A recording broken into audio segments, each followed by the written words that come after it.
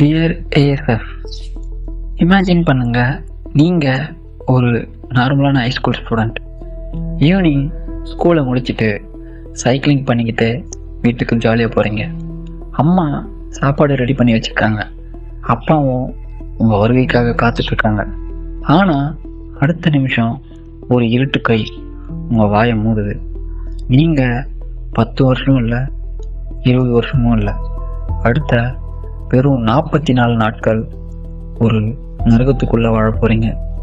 இது ஜுங்கோ ஃபுருட்டோவோட கதை மட்டும் இல்லை, ஜப்பானோட மனிதாபிமானமே செத்துப்போன ஒரு காலம்.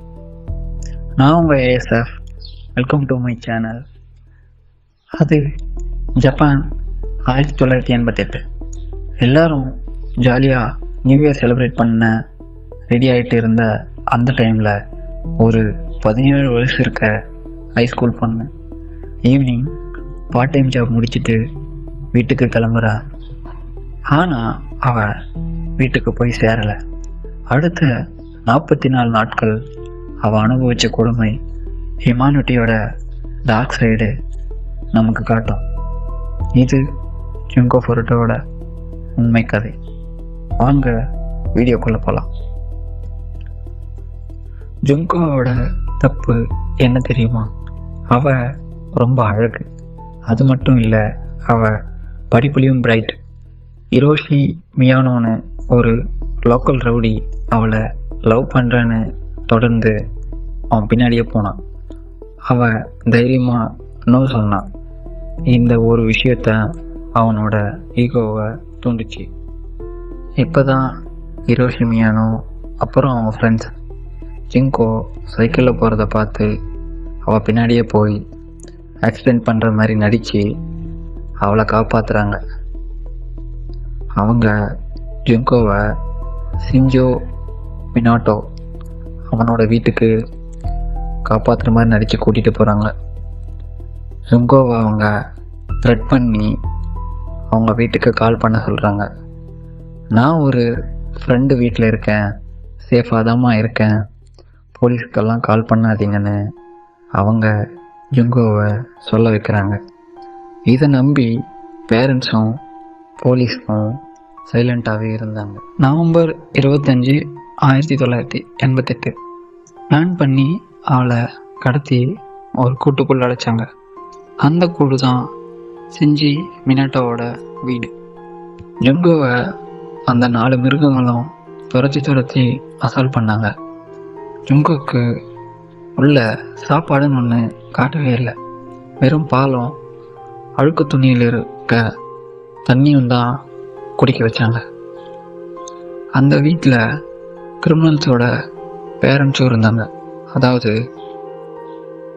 என்ன ப்ரோ இவ்வளோ நடந்திருக்கு, வெளியில் ஒரு சத்தம் கூட கேட்கலையான்னு நீங்கள் சொல்கிறது எனக்கு புரியுது. அந்த கேங் லீடரோட ஒரு ஃப்ரெண்டு, அதாவது ஹிரோஷி மியானோவோட நண்பன் தான் இந்த மினாட்டோ அபூரு. அவன் வீட்டில் தான் இந்த ஜுங்கோவை வச்சுருந்தாங்க. அவனுடைய அந்த பையனோட பேரண்ட்ஸுக்கு ஜுங்கோ உள்ளே இருக்கிறது நல்லாவே தெரியும். ஆனால் இந்த ஹிரோஷி யாக்குசான்ற ஒரு மாஃபியா மெம்பர் அப்படின்னு சொல்லி அந்த ஃபேமிலியை பயன்படுத்தி வச்சுருந்தான். நீங்கள் இந்த விஷயத்தை பற்றி வெளியில் வாயை திறந்தா உங்கள் ஃபேமிலியை கொன்னுடுவேன்னு அவன் மிரட்டினான். அதனால் அந்த பேரண்ட்ஸ் ஜுங்கோ செத்து போகிற வரைக்கும் சத்தம் இல்லாமல் அந்த வீட்லேயே இருந்தாங்க. இருந்தாலும் இதுக்கு நடுவில் இத்தனை நாள் ஆகியும் நம்ம பொண்ணு வீட்டுக்கு வரலையேன்னு ஃபேமிலிக்கு சின்னதாக ஒரு சந்தேகம் வந்தது. திரும்பவும் கால் பண்ணுறாங்க. பட் இந்த தடவை ஜுங்கோ கால் எடுக்கலை. கிட்னாப் நடந்து சில நாள்லேயே போலீஸ் அந்த வீட்டுக்கு வந்தாங்க. ஏன்னா ஜுங்கோவை கிட்னாப் பண்ண அந்த கேங்கில் ஒருத்தர் மேலே ஒரு ரேப் கேஸ் கம்ப்ளைண்ட் இருந்துச்சு.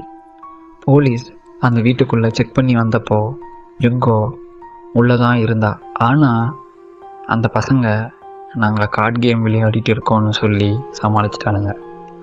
போலீஸும் உள்ளே சரியாக செக் பண்ணாமல் போயிட்டாங்க. இதுதான் அந்த பொண்ணோட உயிர் போக முதல் காரணம்னு சொல்லலாம். அந்த 4 பசங்களும் அவளை ரொம்ப துன்புறுத்துறதுனால ஒரு ஸ்டேஜில் ஜுங்கோவுக்கு ஸ்டாக்ஹோம் சிண்ட்ரோம் மாதிரி வந்துடுச்சு. அவங்க சொல்கிறத எல்லாம் அவள் கேட்க ஆரம்பிச்சிட்டான் அப்படின்னு இன்வெஸ்டிகேஷனில் போலீஸ் சொன்னாங்க. கடைசியாக 44வது நாள் ஜிங்கோவோட பாடி இப்போ ஒரு செத்துப்போன கூடு மாதிரி தான் இருந்துச்சு. அவளால் சரியாக பேசக்கூட முடியல, கண்ணும் மூடிக்கிச்சு. இந்த நேரத்தில் அந்த கிரிமினல் ஒரு பெட் கட்டுறானுங்க.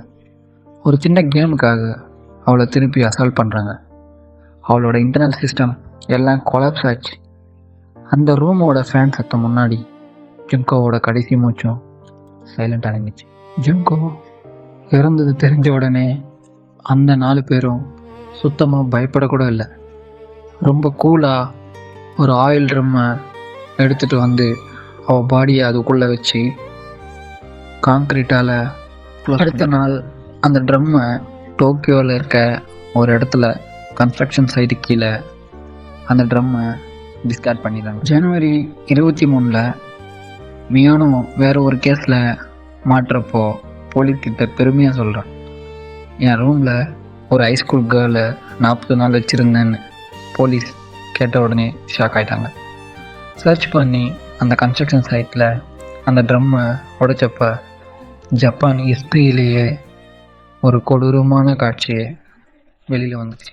போலீஸ் அந்த ட்ரம்மை கண்டுபிடிச்சி அதை பிரேக் பண்ணி பார்த்தப்போ ஜுங்கோவோட உடல் ரொம்ப மோசமாக இருந்தது. அவளோட ஃபிங்கர் பிரிண்ட்ஸ் எல்லாமே அழிஞ்சு போயிருந்தது. அவளை ஐடென்டிஃபை பண்ண அவளோட டென்டல் ரெக்கார்ட்ஸ் மட்டும்தான் ஹெல்ப் பண்ண வேண்டியா இருந்தது. இது எல்லாத்தையும் விட கொடுமை என்ன தெரியுமா? அந்த 4 பேருக்கும் கிடைச்ச தண்டனை தான். அவங்க மைனருங்கிறதுனால ஜப்பான் கோர்ட் அவங்கள ரொம்ப சாஃப்டாக ட்ரீட் பண்ணி 20 வருஷம் 8 வருஷம்னு தண்டனையை கொடுத்துட்டு விட்டுட்டாங்க. இப்போது அவங்க எல்லாரும் வேறு வேறு பேரில் நார்மலாக சுற்றிட்டு இருக்காங்க. ஆனால் ஜுங்கோவோட அந்த 44 நாட்கள் வலிக்கு யாரும் அதே மாதிரி ஜப்பானுடைய மக்கள் மனசில் இன்னும் ஜுங்கோவோட ஜஸ்டிஸ் இன்னும் கிடைக்கலன்னு ஒரு வருத்தம் இருக்குது. இந்த மாதிரி ஒரு கொடுமை இனி எப்பவும் யாருக்கும் நடக்கக்கூடாது. ஜஸ்டிஸ் சிஸ்டம் இப்படிப்பட்ட மிருகங்களுக்கு தண்டனை தரதில் இந்த ஜுங்கோ ஃபெரட்டா இந்த பெயர் ஜப்பான் சரித்திரத்திலே ஒரு அழியாத ஸ்கேர். 17 வயசில் திரும்ப வர மாட்டோம்னு தெரிஞ்சவங்க ஆஃபீஸில் இருந்து வீட்டுக்கு கிளம்புன அந்த பொண்ணோட தப்பு என்ன? இந்த உலகத்தில் மிருகங்களை விட கேவலமான மனுஷங்க இருக்காங்கன்றது இந்த கேஸ் ஒரு பெரிய உதாரணம் தான். அந்த 4 குற்றவாளிகளும் இப்போ சுதந்திரமாக சுற்றலாம், பேரை மாற்றிட்டு நிம்மதியாக வாழலாம். ஆனால் ஜுங்கோவோட பேரண்ட்ஸுக்கு இன்னும் அந்த 44 நாட்கள் வலி குறையவே இல்லை. நீதி தான் தவற விட்டுச்சு.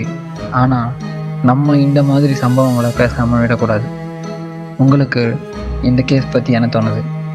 அந்த பசங்களுக்கு கொடுத்த தண்டனை சரியா? உங்கள் கருத்தை கமெண்ட்டில் சொல்லுங்கள். மறக்காமல் நம்ம சேனலுக்கு சப்ஸ்கிரைப் பண்ணுங்கள். அடுத்த ஒரு மிஸ்ட்ரி கேஸில் உங்களை நான் பார்க்குறேன். Until then, stay safe. Thank you.